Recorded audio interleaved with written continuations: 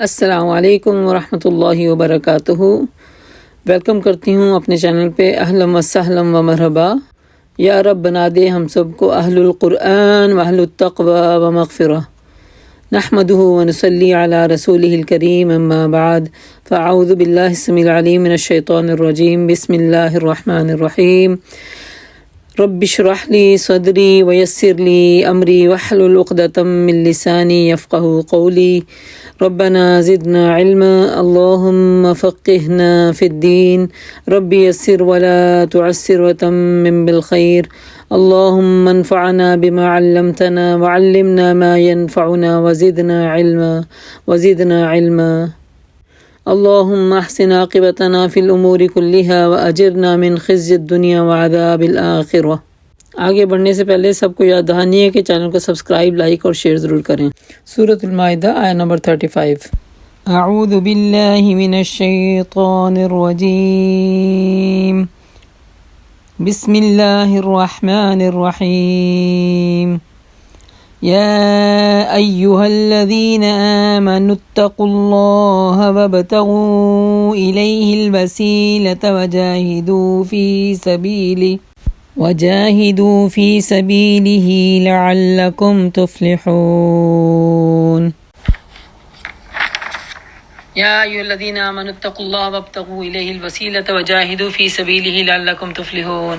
اے ایمان لانے والو، اللہ سے ڈرو اور اس کی جناب میں بازیابی کا ذریعہ تلاش کرو، وسیلہ تلاش کرو، اس کی راہ میں جد و جہد کرو، شاید کہ تمہیں کامیابی نصیب ہو جائے۔ وسیلہ کوئی انسان نہیں ہوتا، یاد رکھیے۔ وسیلہ انسان کے اپنے نیک عمل ہوتے ہیں، وسیلہ انسان کے اپنے نیک ارادے ہوتے ہیں، نیک تمنائیں جو ہوتی ہیں نا، ان کو جب انسان پائے تکمیل تک پہنچ جاتا تھا وہ وسیلہ بن سکتی ہیں۔ اور اس آیت میں اللہ تعالیٰ نے وسیلوں کو کیسے ڈیفائن کیا ہے؟ تقوی اور جد و جہد کے ساتھ۔ اگر تقوی رکھتے ہیں نا، اللہ کا ڈر رکھتے ہیں، باوجود قدرت رکھنے کے آپ نے اللہ کے ڈر کی وجہ سے اس کو معاف کر دیا اور اس سے درگزر کیا، اس نیکی کو وسیلہ بنا سکتے ہیں۔ قرآن سے تعلق قرب کا ذریعہ ہے۔ پھر نبی پاک صلی اللہ علیہ وسلم نے فرمایا، بے شک کچھ لوگ اللہ والے ہیں۔ صحابہ نے عرض کیا، اللہ کے رسول وہ کون ہے؟ فرمایا، قرآن والے اور اہل اللہ، ان کے خاص اللہ کے بندے ہوتے ہیں۔ تو جب اللہ کا قرب چاہتا ہے نا نیکیوں کے ذریعے تو ان کو وسیلہ بنا سکتا ہے۔ آپ کو پتہ نا، غار والوں نے نیکیوں کو وسیلہ بنایا تھا جب وہ غار میں پھنس گئے تھے۔ کسی نے ایک نیکی کا واسطہ دیا، کسی نے دوسری نیکی کا واسطہ دیا، اور کسی نے تیسری نیکی کا واسطہ دیا، یہاں تک کہ غار کا دہانہ پورا کھل گیا۔ تو لوگ پوچھتے ہیں، بعض اوقات کہتے ہیں نا، نبی کے وسیلے سے یا اللہ معاف کر دے۔ نہیں کہنا چاہیے ایسا۔ ہاں، نبی زندگی میں موجود تھے تو لوگ یہ کہتے تھے کہ یا اللہ ہمارے درمیان نبی موجود ہے، ان کی شان کی وجہ سے، ان کی اس نعمت کی وجہ سے تو ہمیں بھی بخش دے۔ وہ ٹھیک ہے، کہہ سکتے تھے، اب نہیں۔ اور اب اللہ تعالیٰ نے ہمارے لیے وسیلہ نیکی کو بنایا، لعلکم تفلحون، تاکہ تم فلاح پا جاؤ۔ خوب جان لو کہ جن لوگوں نے کفر کا رویہ اختیار کیا ہے، اگر ان کے قبضے میں ساری زمین کی دولت ہو اور اتنی اور اس کے ساتھ ہو، وہ چاہے اسے فدیہ بھی دے دے، روز قیامت عذاب سے وہ نہیں بچ سکتے، تب بھی وہ اسے قبول نہ کی جائے گی اور انہیں دردناک سزا ملے گی۔ وہ چاہیں گے کہ دوزخ کی آگ سے نکل جائیں مگر نہیں نکل سکیں گے، انہیں قائم رہنے والا عذاب تو خود دیا ہی جائے گا۔ وہ ہم حدیث پڑھ کے آ چکے ہیں پہلے سے نا، ایک جو جہنمی کو جہنم سے نکال کر اللہ تعالیٰ اپنی بارگاہ میں پیش کرے ہوئیں گے، وہ پیش ہوگا وہ، اور اللہ پوچھے گا کہ کیا کیسی ہے تیری رام کا؟ وہ کہے گا بڑی بدترین۔ اللہ فرمائے گا تو کیا تمہیں اگر دنیا میں جتنا، دنیا اور زمین و آسمان کے جتنا کوئی مال عطا کر دیا جائے تو کیا اپنی جان چھڑوانا چاہتے ہو اس عذاب سے؟ وہ کہے گا ہاں ہاں۔ تو اللہ کہیں گے نہیں، تم نے جھوٹ کہا، کیونکہ اس سے کم کا تجھ سے سوال کیا تھا دنیا میں۔ دیکھیے اللہ تعالیٰ نے کبھی بھی ہم سے کل نہیں مانگا نا، ہم سے کبھی کل نہیں مانگا، ہم اس میں سے تھوڑا سا زکوٰۃ بھی ایون جو فرض ہے وہ بھی 2.5% ہے۔ یریدون ان یخرجوا من النار وما هم بخارجین منها ولهم عذاب مقیم۔ وہ چاہیں گے کہ اس آگ کے عذاب سے نکل جائیں مگر وہ نہیں نکل سکیں گے، اور ان کے لیے تو اب وہ قائم رہنے والا عذاب ہے۔ والسارق والسارقة فاقطعوا أيديهما جزاء بما كسبا نكالا من الله والله عزيز حكيم۔ اعوذ باللہ من الشیطان الرجیم۔ والسارق والسارقة فاقطعوا أيديهما جزاء بما كسبا، اور چور خواہ مرد ہو یا عورت ہو، دونوں کے ہاتھ کاٹ دو، یہ ان کی کمائی کا بدلہ ہے۔ اللہ کی طرف سے یہ عبرتناک سزا ہے، اللہ کی قدرت سب پر غالب ہے۔ اب یہ گناہ کبیرہ تھا نا، اب جس کا ہاتھ کٹ گیا وہ دنیا میں کیا ہے، سب کو یہ بتا رہا ہے نہ چاہتے ہوئے کہ میں چور تھا، لیکن دروازہ ابھی بھی توبہ کا کھلا ہے۔ فمن تاب من بعد ظلمہ واصلح فإن اللہ یتوب الیہ، تو جو کوئی توبہ کر لے اس کے ظلم کے بعد، یعنی ہاتھ تو کٹ چکا ہے لیکن اب ریپینٹ ہو گیا، تو اللہ تبارک تعالیٰ نے ابھی بھی اس کے لیے توبہ کا دروازہ رکھا ہے۔ اللہ کے نبی صلی اللہ علیہ وسلم کے بارے میں کچھ حدیث آتی ہے کہ ایک چور کا ہاتھ جب آپ کے حکم کے مطابق کاٹا جا چکا تو آپ نے اسے اپنے پاس بلایا اور اس سے فرمایا قل استغفر اللہ واتوب الیہ، کہو کہ اللہ سے میں معافی چاہتا ہوں اور اس سے میں توبہ کرتا ہوں۔ اس نے آپ کی تلقین کے مطابق یہ الفاظ دہرائے، پھر آپ نے اس کے حق میں دعا فرمائی اللہم تب علیہ، یا اللہ اس کو معاف کر دے، یا اللہ اس کو معاف کر دے۔ تو اس کا مطلب ہے کہ ہر گناہ کے اوپر معافی تلافی ہو سکتی ہے، ہر گناہ کے اوپر جو ہے یہ توبہ کا دروازہ کھلا ہے، اللہ ماشاء اللہ کہ اللہ معاف کرے، اللہ رحم کرے، اللہ بچا کے رکھے کہ انسان کے اوپر بدبختی چھا جائے اور وہ توبہ کی اسے توفیق نصیب نہ ہو۔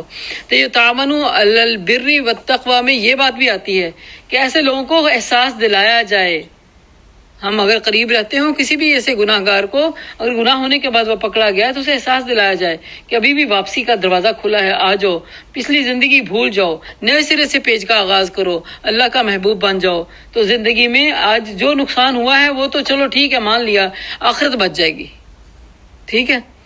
اور بعض اوقات کیا ہوتا ہے، انسان کہتا ہے کہ اتنی رسوائی ہو گئی ہے تو اب سو وٹ، اب میں جو مرضی کروں، تو ایسا نہیں ہونا چاہیے۔ فمن تاب من بعد ظلمہ واصلح، جس نے اپنے ظلم کے بعد توبہ کر لی اور اپنی اصلاح کر لی، فإن اللہ یتوب الیہ، تو اللہ تعالیٰ کو اپنے اوپر مہربان پائے گا۔ ان اللہ غفور رحیم، بے شک اللہ تعالیٰ بخشنے والا مہربان ہے۔ الم تعلم ان اللہ لہ ملک السماوات والارض، کیا تم نہیں جانتے کہ اللہ تعالیٰ کی ساری زمین اور آسمان اللہ کی سلطنت ہے، جسے چاہے سزا دے اور جسے چاہے معاف کر دے، وہ ہر چیز کا اختیار رکھنے والا ہے۔ یا ایھا الرسول لا يحزنك الذين يسارعون في الكفر، اچھا پچھلی آیت میں کسی کے گناہ کو اس کا آر دلا کے یہ نہیں کہنا چاہیے کہ تمہیں تو اللہ معافی نہیں کر سکتا۔ اب اللہ تعالیٰ نے یہاں پہ یہی چیلنج کیا کہ تم کون ہوتے ہو یہ فتویٰ دینے والے؟ اللہ تعالیٰ تو چونکہ ساری کائنات کا خود مالک اور مختار ہے، سلطنت کا مالک ہے، وہ چاہے جس کو چاہے معاف کر دے اور جس کو چاہے بخش دے، تو وہ اس کی، تم تو نہیں ہے کہ اس کی اتھارٹی کو اپنے ہاتھ میں لے سکتے۔ اگلی آیت ہے یا ایھا الرسول لا يحزنك الذين يسارعون في الكفر، اے پیغمبر صلی اللہ علیہ وسلم تمہارے لیے یہ رنج کی چیزیں نہ بنے جو لوگ کفر کی راہ میں بڑی تیزی سے آگے جا رہے ہیں، ہاں تم ان میں سے جو تیرے منہ پہ کہتے ہیں کہ ہم ایمان لائے مگر دل ان کے ایمان نہیں لاتے، یا ان میں سے ہوں جو یہودی بن گئے جن کا حال یہ ہے کہ جھوٹ کے لیے تو کان لگاتے رہتے ہیں اور دوسرے لوگوں کی خاطر تمہارے پاس کبھی نہیں آئے، اور دوسرے لوگوں کی خاطر جو تمہارے پاس کبھی نہیں آئے سن گن لیتے پھرتے ہیں، پھر غلط افواہیں بنا کر پھیلاتے رہتے ہیں۔ جب دل میں ایمان نہ ہو تو فتنے کی تلاش رہتا ہے، پھر اس کو بے ایمان والا دل فتنے کی تلاش میں رہتا ہے، اور لوگوں سے کہتے ہیں کہ اگر تمہیں یہ حکم دیا گیا جائے تو مانو نہیں، مت مانو۔ جسے اللہ ہی فتنے میں ڈالنے کا ارادہ کر لے تو اس کی گرفت سے بچانے کے لیے اب کون ہے جو اس کے کام آئے گا؟ اولئک الذین لم یرد اللہ، یہ وہ لوگ ہیں جن کے دلوں کو اللہ نے پاک کرنا ہی نہیں چاہیا، ان یطہر قلوبہم، ان کے لیے دنیا میں بھی رسوائی ہے اور آخرت میں بھی سخت سزا ہے۔ تو اللہ سے ڈرنا چاہیے ہمیشہ انسان کو، اپنے آپ کو فن خواہ نہیں سمجھنا چاہیے کہ آپ کو اگر کسی نیکی کی توفیق مل گئی ہے تو اور برائی کرنے والے کے اوپر آپ باتیں کریں، یا پھر برائی کے خلاف نیکی کے اوپر فتنے بنائیں، جیسے یہودیوں نے کہے یہ جھوٹ سننے والے، حرام کے مال کھانے والے، لہٰذا اگر یہ تمہارے پاس اپنے مقدمات لے کر آئیں اور تمہیں اختیار دیا جاتا ہے کہ چاہو ان کا فیصلہ کرو یا انکار کر دو، یہ تمہارا کچھ بھی نہیں بگاڑ سکتے۔ اب منصف آپ کو بنایا گیا نا، اگر یہ آپ کے پاس فیصلہ لے کے آتے ہیں، اگر آپ سمجھتے ہیں ان کے ساتھ معاملہ کرنا تو ٹھیک ہے، اٹس اپ ٹو یو، اگر آپ نہیں کر سکتے، کرنا چاہتے کیونکہ ان کی شرارتیں پیچھے بڑی سخت تھیں، تو اب تو آپ نہیں کر سکتے، آپ کا کچھ نہیں بگاڑ سکتے، فیصلہ کرو تو پھر ٹھیک انصاف کے ساتھ کرو، اللہ انصاف کرنے والوں کو خوب پسند کرتا ہے، ان اللہ یحب المقسطین۔ جنتوں میں جانا ہے نا، شاندار جنتوں میں اللہ کے جو وعدے کیے گئے، تو اللہ کی اس دی ہوئی جو امانت ہے نا عدل والی، اس کو اپنانا پڑے گا، انصاف والی امانت کو اپنانا پڑے گا، اللہ تعالیٰ ہمیں اپنانے والا بنا دے، اور ہمیں شعوری طور پہ سینس دے کہ ہم اپنے نفس سے لے کر اپنے اراؤنڈ میں سارے لوگوں پر انصاف کرنے والے ہوں۔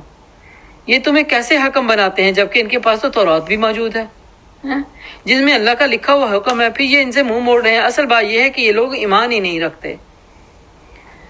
ہم نے تورات نازل کی جس میں ہدایت اور روشنی تھی، سارے نبی جو مسلم تھے اسی کے مطابق تھے، ان یہودی بن جانے والوں کے معاملات کا فیصلہ کرتے تھے۔ اسی طرح ربانی اور احبار بھی اسی کا فیصلہ، ان کے فیصلے کا دار و مدار بھی اسی کتاب پر تھا، کیونکہ انہیں کتاب اللہ کی حفاظت کا ذمہ دار بنایا گیا تھا اور اسی پر ان کو گواہ بنایا تھا۔ پس اے گروہ یہود، تم لوگوں سے نہ ڈرو بلکہ مجھ سے ڈرو، میری آیات کو ذرا ذرا سے معاوضے کے بدلے میں بیچنا چھوڑ دو۔ جو لوگ اللہ کی نازل کردہ قانون کے مطابق فیصلہ نہیں کریں گے وہی کافر ہیں۔ اللہ کے قانون کے مطابق فیصلے نہ کرنا اور نبی کی زندگی کے مطابق فیصلوں کو نہ اپنانا یہ کفر ہے۔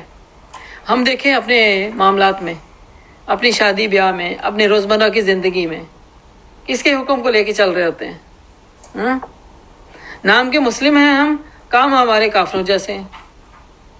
تو اللہ تعالیٰ کیا فرماتا ہے یہاں پہ؟ ایسے کافروں کو تو اللہ تعالیٰ فاولئک هم الکافرون، یہ اللہ تعالیٰ جسٹیفائی کر کے ان کو سٹیٹس دے رہے ہیں کہ یہی ہیں وہ کافر۔ وَكَتَبْنَا عَلَيْهِمْ فِيهَا أَنَّ النَّفْسَ بِالنَّفْسِ وَالْعَيْنَ بِالْعَيْنِ وَالْأَنْفَ بِالْأَنْفِ۔ تو تورات میں تو ہم نے یہودیوں کے اوپر یہ لکھ دیا تھا کہ جان کے بدلے میں جان، آنکھ کے بدلے میں آنکھ، ناک کے بدلے میں ناک، کان کے بدلے میں کان، دانت کے بدلے میں دانت، اور تمام زخموں کے برابر کا بدلہ ہے۔ یہ پھر قصاص کا حکم ہے۔ اور کسی نے آنکھ پھوڑی ہے تو اس کی برابر پہ آنکھ پھوڑی جائے گی۔ اگر کسی نے کسی کا کان کاٹا ہے تو اس میں برابر پہ اس کا کان کاٹا جائے گا۔ یہ قصاص کا بدلہ ہے، اور اسی کے لیے یہی کفارہ ہے۔ جو لوگ اللہ کے نازل کردہ قانون کے مطابق فیصلے نہیں کرتے وہی ظالم ہیں۔ پھر ہم نے ان پیغمبروں کے بعد مریم علیہ السلام کے بیٹے عیسیٰ کو بھیجا۔ تورات میں بھی جو کچھ اس کے سامنے موجود تھا وہ اس کی تصدیق کرنے والا تھا، اور ہم نے اس کو انجیل عطا کی تھی، یہ جو رہنمائی تھی اور روشنی تھی، اور وہ بھی تورات میں جو کچھ اس وقت موجود تھا اس کی تصدیق کرنے والی تھی، اور خدا ترس لوگوں کے اوپر سراسر ہدایت اور نصیحت تھی۔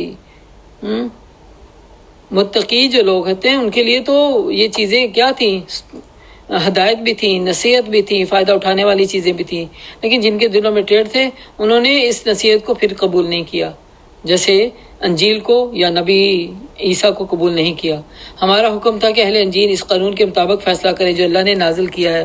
جو لوگ اللہ کے نازل کردہ قانون کے مطابق فیصلہ نہ کریں، اب کون ہے؟ وہی فاولئک هم الفاسقون۔ اللہ کی کتاب کے مطابق فیصلہ نہ کرنا کفر بھی ہے، ظلم بھی ہے اور فسق بھی ہے۔